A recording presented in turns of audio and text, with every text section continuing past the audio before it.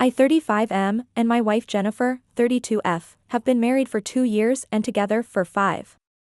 We both work at the same tech company in senior positions. I'm a development team lead, and she manages our UX design department. We've always been career-focused, but we'd also been planning to start a family once we felt financially stable enough. 2 months ago, Jennifer showed me the positive pregnancy test. We were both overjoyed. It felt like the perfect timing. We've worked hard to establish ourselves professionally, saved a good amount of money, and even bought a house in a great school district last year. Everything was falling into place. We decided to hold off on making any public announcements until we'd told our immediate families. Jennifer's parents were thrilled when we shared the news over dinner at their place. Her mom immediately started talking about nursery themes and offering to help with baby shopping. Her dad got a bit emotional. This would be their first grandchild. The next day, we went to tell my parents. My father Robert, 60M, reacted exactly as I'd expected, a warm smile, a big hug for both of us, and sincere congratulations. He's always been the steady, rational one in our family. My mother Patricia, 58M, also hugged us and offered congratulations, but something felt off about her reaction. She was oddly quiet during the rest of our visit, which is very unusual for her. A few hours after we got home, my phone rang. It was my mother, and what she said next completely blindsided me. "I've been thinking about your news," she started, "and I really don't think you should go through with this pregnancy." I was stunned into silence for a moment. Was I hearing her correctly? When I finally found my voice, I asked her what she meant. She launched into a list of reasons why this was bad timing, everything from financial concerns to our work schedules. "You're both so focused on your careers," she argued. "Have you really thought about who's going to take care of the baby? Daycare is expensive, and you can't just assume Jennifer will want to stay home." I tried to explain that we'd already considered all of these things. We both have generous paid parental leave, and we've discussed our childcare plans extensively. We're financially secure, with good savings and stable jobs. None of her arguments made sense, and I could tell she was holding something back. I kept pressing her, asking what this was really about. Finally, she broke down and revealed the true reason, and it was even more shocking than her initial demand. My sister Ashley, 32F, had apparently been planning to get pregnant this year but hadn't been successful yet. According to my mother, Ashley was already upset about her difficulties conceiving, and our pregnancy would be emotionally draining for her. Here's the thing about my relationship with Ashley: we're not close.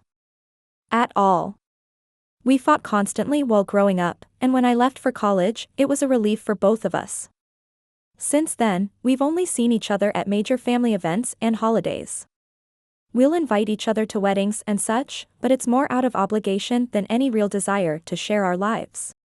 I told my mother that while I was sorry to hear about Ashley's struggles, suggesting that we terminate a wanted pregnancy to spare my sister's feelings was completely absurd. The conversation quickly devolved from there.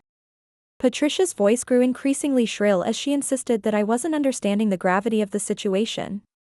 "This could tear our family apart," she declared. "Ashley has been trying for months, and you just casually announce your pregnancy like it's nothing? Do you have any idea how that makes her feel?" I tried to maintain my composure, explaining that Jennifer and I weren't casually doing anything. This was our planned, wanted child. "Mom, I understand you're concerned about Ashley's feelings, but asking us to terminate our pregnancy is completely unreasonable. We're not going to do that." "You're being selfish," she snapped. "Ashley is your sister. Family should come first. She's been planning this for so long, and now you're going to overshadow her moment." That's when something in me snapped. Her moment? Mom, this isn't a school play or a graduation ceremony. This is our child we're talking about. A human being. And you're suggesting we end this pregnancy because Ashley might feel bad about it? She continued arguing, revealing more details about Ashley's situation. Apparently, she and her husband had been actively trying to conceive for several months without success. My mother seemed to think this somehow gave Ashley priority rights over all family pregnancies. I couldn't believe what I was hearing. The more she talked, the more I realized how distorted her perspective was. She genuinely thought her request was reasonable, that sacrificing our baby to protect Ashley's feelings was a valid suggestion. After about 20 minutes of this circular argument, I finally said, "Look, Mom, I'm going to pretend you never made this suggestion. For both our sakes. Because if I really think about what you're asking, I'm not sure I could maintain any respect for you as a mother or a grandmother." "Don't you dare turn this around on me," she retorted. "I'm trying to protect our family. If you go through with this pregnancy, you'll be responsible for destroying Ashley's happiness and tearing this family apart." At that point, I knew there was no reasoning with her. "Fine," I said quietly, and hung up. Then I immediately blocked her number, along with her email and social media accounts. I didn't want to give her any more opportunities to pressure us about this. I called my father afterward to explain what had happened. Robert was mortified and apologized profusely for my mother's behavior. He promised to handle the situation and make sure she wouldn't try to contact us through other means. I could hear the shame in his voice. He clearly understood how inappropriate my mother's request had been. Jennifer was understandably upset when I told her about the conversation. She'd always had a decent relationship with my mother before this, and she was shocked by the sudden hostility. But she agreed that cutting contact was the right decision. We needed to protect ourselves and our baby from this toxic situation. The next 4 months were actually quite peaceful. We focused on Jennifer's pregnancy, started planning the nursery, and enjoyed this special time together. My father kept his word and managed to prevent any attempts by my mother to contact us. We were starting to feel like maybe we'd put this ugly situation behind us. Then we decided it was time to make our pregnancy public. We'd passed all the major milestones, everything was looking good, and we wanted to share our joy with our friends and extended family. We made a simple announcement on social media, just a cute photo of us holding the ultrasound picture, with a heartfelt message about how excited we were to become parents. Little did we know, this would trigger a whole new wave of family drama. A few days after our social media announcement, I was surprised by an unexpected visit from my mother and Ashley. They showed up at our house unannounced, saying they wanted to talk about our family and how we move forward. I hadn't seen or spoken to either of them in months, and honestly, I wasn't particularly eager to change that. Ashley looked different from when I'd last seen her, thinner, with dark circles under her eyes. My mother, on the other hand, had that familiar determined expression that usually meant trouble. I let them in, mostly because I didn't want to cause a scene in our neighborhood. "We need to talk about how your behavior is affecting this family," my mother started as soon as they sat down.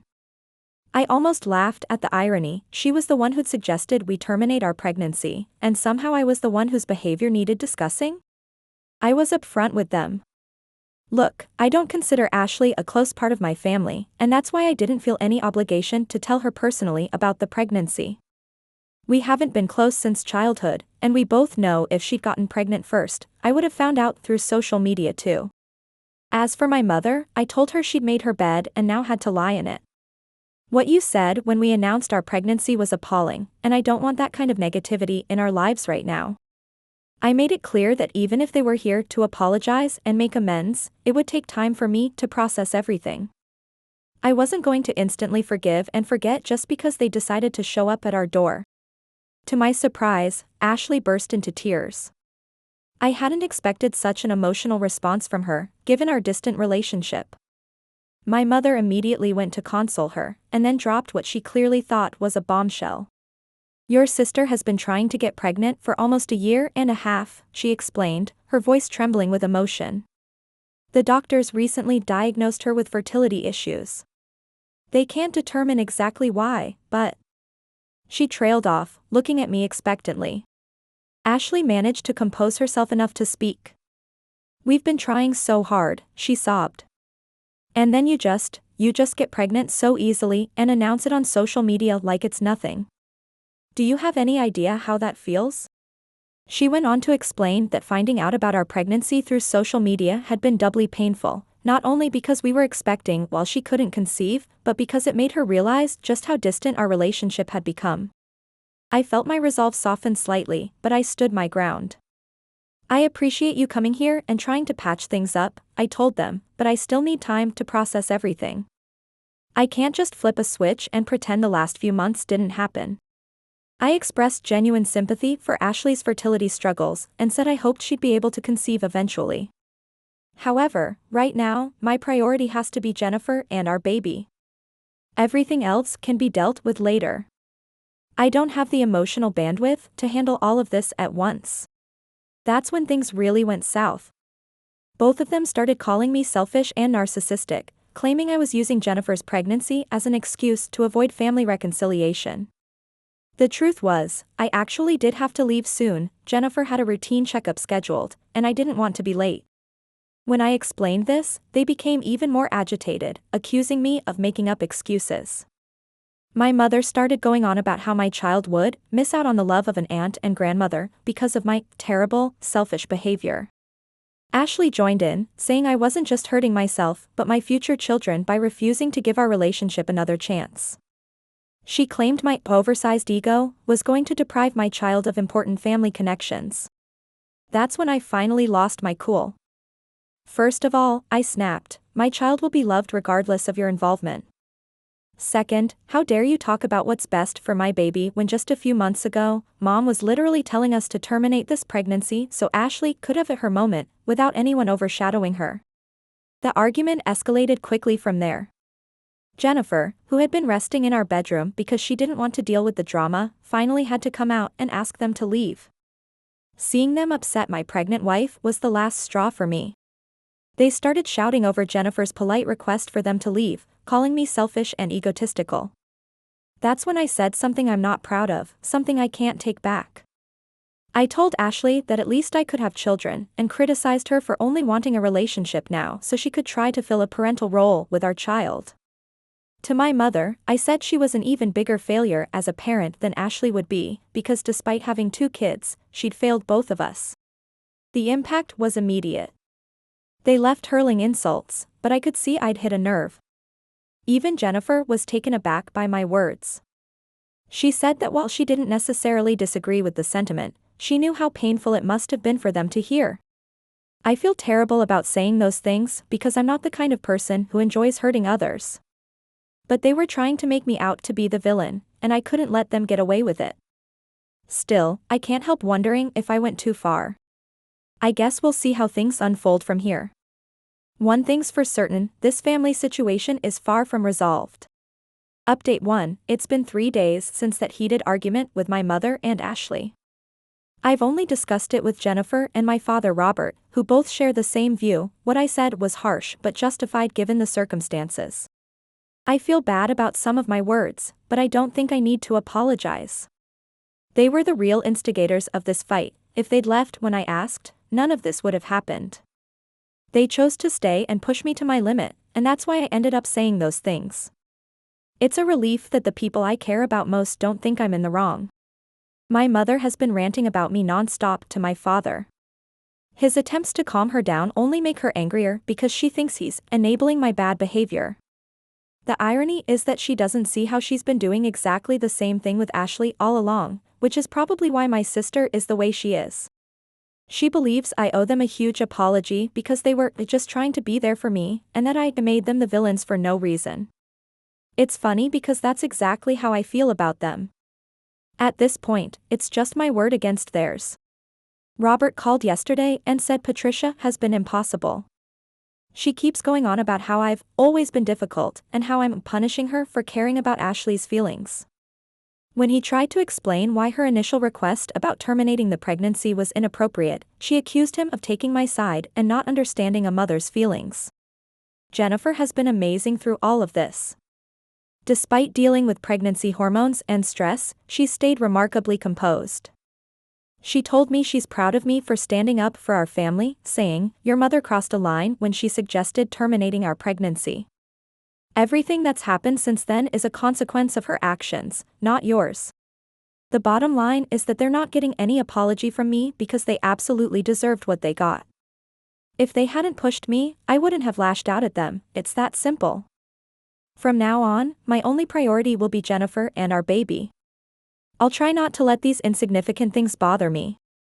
My father thinks my mother will eventually calm down and realize she was wrong, but I'm not so sure. She's always had a blind spot when it comes to Ashley, and I don't see that changing. Besides, even if she does come around, I'm not sure I want to rebuild that relationship. Some things can't be unsaid. For now, I'm focusing on the positives. Jennifer's pregnancy is progressing well, we're working on the nursery, and we have plenty of support from her family and my father. That's more than enough for us. As for Ashley, I genuinely hope she finds peace with her situation, but that's not my responsibility. We've lived separate lives for years, and I see no reason to change that now. Update 2. It's been just over a week since I had that fight with my mother and Ashley. I was trying to keep everything private, only discussing it with my father and Jennifer, but they apparently had no intention of respecting that boundary. They made things public by posting about me on their social media accounts, only mentioning the harsh things I'd said but leaving out all context. It was just a paragraph about my comments with nothing about what they said or what led to the argument in the first place. I started getting calls and messages from family members telling me it wasn't right to say those things to family. Many asked if it was true, saying they couldn't believe I was capable of such comments. I spoke with my father first, who said even he was surprised they'd gone this far. He'd been trying to convince them to remove the post but hadn't had any luck. After talking with Jennifer, I decided to take action. I made my own post telling the real story of what happened that day. I didn't deny saying what they'd accused me of, but I provided the actual context so everyone would understand the full picture. I described their visit, what my mother had said about Jennifer's pregnancy months ago, and what really led to the argument that day. I included how they'd shown up unannounced, refused to leave when asked, and how they'd stressed out my pregnant wife. After I posted and people read it, the responses changed dramatically. Many reached out to say they'd been quick to judge me and were sorry. Now that they knew the full story, they weren't sure whose side to take. That's fine by me, I know what I did wasn't nearly as bad as what they did. I didn't even need people to take my side. If I'd wanted everyone's sympathy, I'd have been the first to post. My mother and sister don't seem to understand that concept. They've been accusing me of being an attention seeker, which ironically describes them, not me. They think their actions didn't justify my reaction and that my comments were outrageous regardless of the context. The rest of the family doesn't see it that way, though. Most people have expressed shock at my mother's suggestion about terminating the pregnancy, and several relatives have reached out privately to offer their support. Some even shared similar stories about how my mother and Ashley have manipulated situations in the past. I'm glad I was able to share my side of the story, even though it meant airing our family drama publicly. At least now everyone knows the truth, and my mother and Ashley can't control the narrative anymore. For now, I'm going to step back from social media for a while and focus on what's important, Jennifer and our baby. We have another ultrasound coming up soon, and I'd rather put my energy into that than deal with more family drama. Update 3. A few days have passed since my last update, and today when I checked my messages and social media, several people let me know that my mother and Ashley had deleted their posts about what happened. I guess they started receiving a lot of criticism from the rest of the family, which forced them to take them down. No one bought their narrative that I was just seeking attention and sympathy. Everyone else seemed to agree that while what I'd said was wrong, it was somewhat justified under the circumstances. They couldn't handle the pressure, so they took down their posts. Feels like a small victory, but I'm keeping my post up for a few more days just in case they try anything else. Something interesting happened a couple of days ago, shortly after I posted my side of the story. My brother-in-law messaged me. Since I'm not close with Ashley, I'm not close with her husband either, so we haven't talked much. It was a pleasant surprise when he reached out. He told me he knew Ashley would never apologize to me. Up until now, he didn't think she had a reason to because he'd only heard her side of the story. But now that he'd read mine, he wasn't sure what to believe anymore. He asked me to keep this between us, but in case what I'd said was true, he wanted to apologize on her behalf. Ever since learning she'd likely struggle with infertility and that a natural pregnancy without IVF wasn't possible, she'd been quite sensitive. I could tell he was going through a lot from the tone of his message.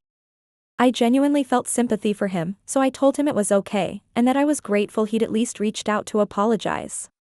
He seems like a genuinely nice guy. I don't know how he ended up with my sister, but I've kept my promise and haven't told anyone about this except here, which I don't think breaks the promise. The whole situation has made me realize something. This isn't just about my mother enabling Ashley anymore. It's about how their behavior has affected everyone around them. My brother-in-law's message showed me that even the people closest to them are starting to see through their actions. I'm still going to keep my post up for a while longer. Not out of spite, but because I think it's important for the truth to stay visible. Too many times in the past, my mother and Ashley have been able to manipulate situations by controlling the narrative. Not this time. Jennifer agrees with my decision. She thinks it's important to stand our ground, especially now that other family members are beginning to understand what we've been dealing with. The support we've received has been overwhelming, and it's helped validate our decision to maintain boundaries with my mother and sister. For now, we're focusing on preparing for our baby's arrival. The nursery is coming along nicely, and Jennifer's pregnancy is progressing well. That's what really matters, not this family drama. Update 4: A few weeks have passed since my last update, and I recently decided to take down my post. I felt it had been up long enough, and by now everyone knows the truth. I didn't need to punish my mother and Ashley more than they were already punishing themselves. Who they are as people is punishment enough. I spoke with my father a few days ago, and he told me that Ashley and her husband are in the process of getting divorced. Ever since she found out about her fertility issues, she's been acting completely unhinged. She's always been excessively spoiled and entitled, but lately, she's become intolerable. Her husband had done his best to put up with it, but after a recent argument, he'd had enough. She's moved back in with my parents, and it's been non-stop drama at my father's house since then. I feel terrible for my father. My mother is doing her best to ensure Ashley doesn't feel bad, and has been blaming her husband for everything, reinforcing the belief that Ashley can never be wrong. My heart genuinely aches for my dad having to deal with all this. Robert called me yesterday, sounding exhausted. He said there's a lot of, "It should have been me, not them," and talk about our pregnancy circulating around their house. Ashley's become obsessed with our pregnancy, comparing everything to her situation and making snide comments about how unfair it all is. My mother enables this behavior, constantly telling Ashley that she deserves to be pregnant more than anyone else, and how cruel life is that the wrong person got pregnant first. When my father tried to suggest that Ashley might benefit from therapy, both of them turned on him, accusing him of not being supportive enough. I even feel a little sympathy for Ashley because she recently found out she can't have children naturally, and now her husband is leaving her.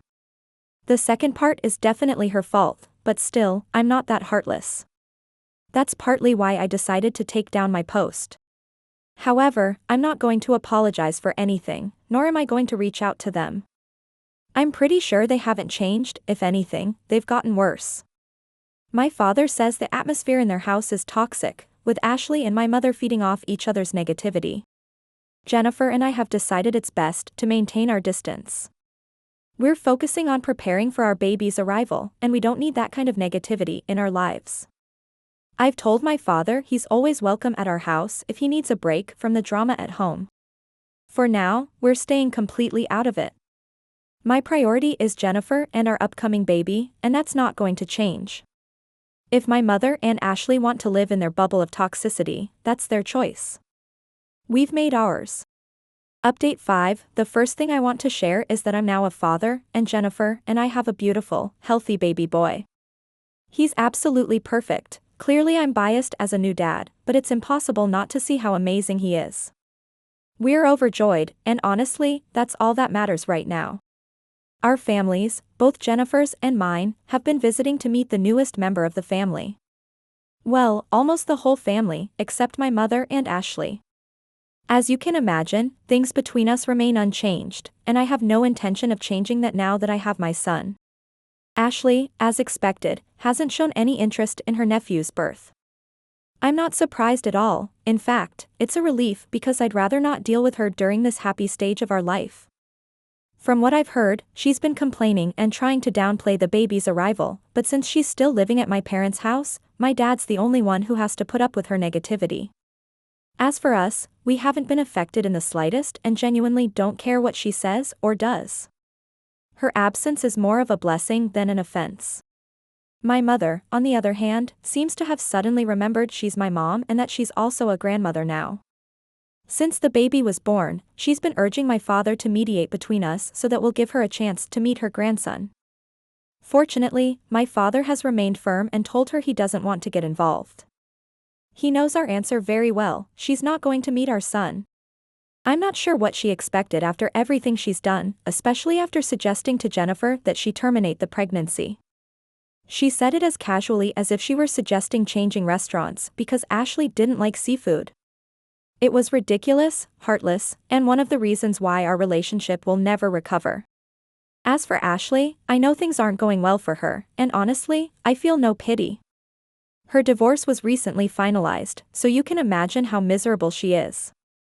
My father has already told her she should start looking for a new place to live, and while my mother hasn't taken the suggestion well, he wasn't joking. It seems my father has finally reached his limit after enduring her behavior for so long. Imagine what it must be like for him, tolerating her attitude now that things aren't going her way. I've told him our door is always open if he needs a break from the drama. Jennifer has been an amazing mother, and watching her with our son makes me fall in love with her all over again. Her parents have been wonderful grandparents, and my father visits whenever he can. We have all the family support we need. So that's everything. I've tried to keep this brief so I can get back to my son. Life has a way of sorting things out, and I'm grateful for how things have turned out, even if the path here was difficult. We're happy, our son is healthy, and that's all that matters.